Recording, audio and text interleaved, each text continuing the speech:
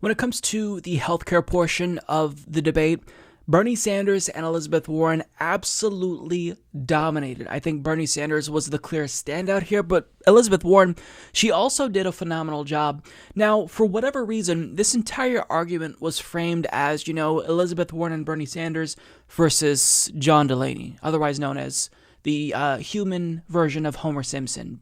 And I don't know why he's still in the race. He should have dropped out by now, but nonetheless, he's still here. And he sparred with Bernie and Liz over healthcare. Let's take a look. And Senator Sanders, let's start with you. You support Medicare for all, which would eventually take private health insurance away from more than 150 million Americans in exchange for government-sponsored healthcare for everyone. Congressman Delaney just referred to it as bad policy, and previously he has called the idea political suicide that will just get President Trump reelected. What do you say to Congressman Delaney? You're wrong.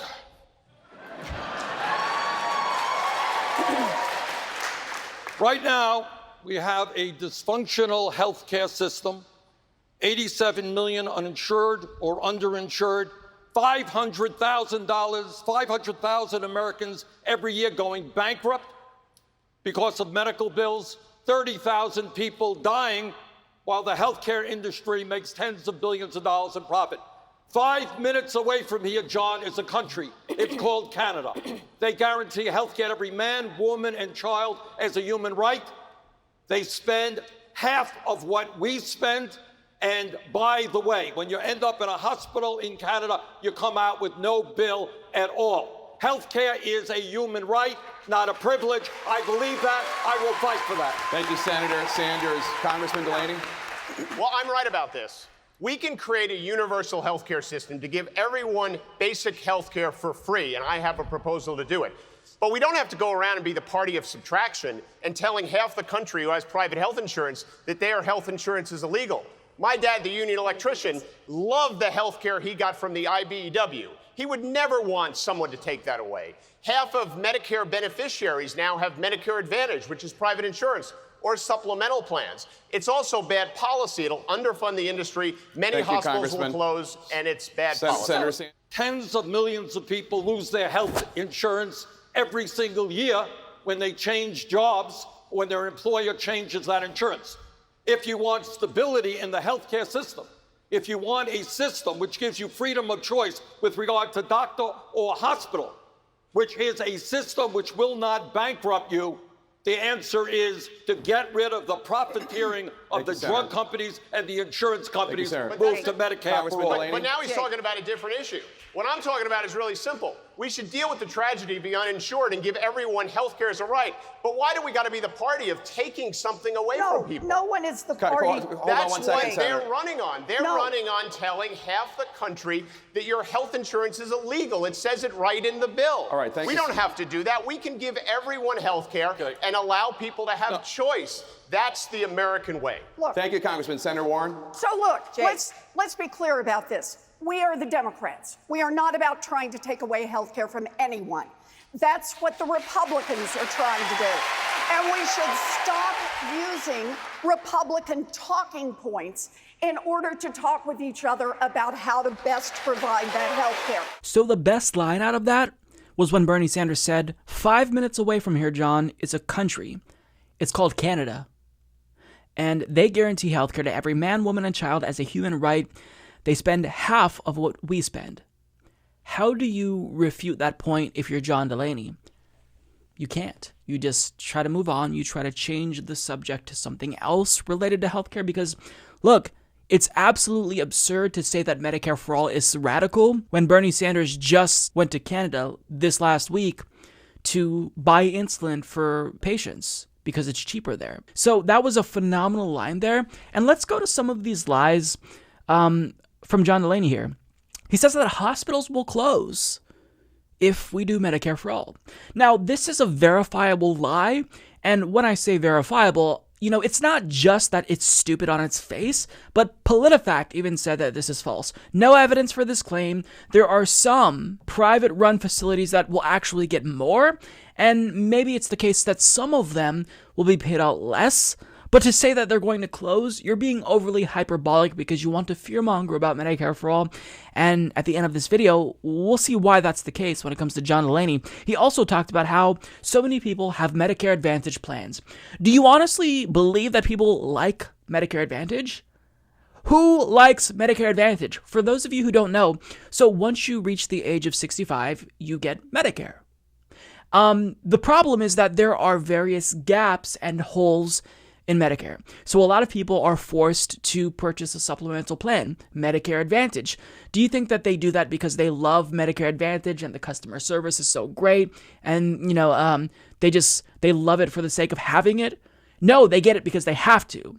But with Medicare for All, what we do is we close those gaps so people don't need a supplemental plan, and we offer comprehensive coverage. But John Delaney is trying to gaslight people and suggest that these Medicare Advantage plans are phenomenal, and people just are buying them up like crazy because they love it. It's a hot ticket item. And it's not a very persuasive argument, but he's trying to make this argument in hopes that people are ignorant and don't know what Medicare Advantage is. But seniors know what Medicare Advantage is, and if you told them that they could abandon their Medicare Advantage plans if we close the loopholes in Medicare, I bet 10 out of 10 would go for that if you explain it to them. Now, what Elizabeth Warren did here, I loved. She called out his use of Republican talking points. Because for some reason, all of a sudden we see mainstream media pundits, Democratic Party politicians, health industry insiders all saying that Medicare for All would quote unquote take health insurance away. These are talking points that are being disseminated by Republicans and the industry, and they're all saying it at the same time because they have that connection. They're all corrupt. They're all in bed with each other. Elizabeth Warren was right to call that out. And that's what you do on a debate stage. This is fear-mongering. These are lies. They don't have an honest argument to make about Medicare for All, so they use the bullshit talking points that come straight from the industry that are fed to Republicans. So what she's saying here is, as Democrats, we should be better than this. We shouldn't be using these types of talking points to lie to people and get them to be against something that is clearly in their best interest. Now, another thing that John Delaney says is, Medicare for All is bad because it makes private insurance illegal. Now, what he's referring to is Section 107, where it bans duplicative care.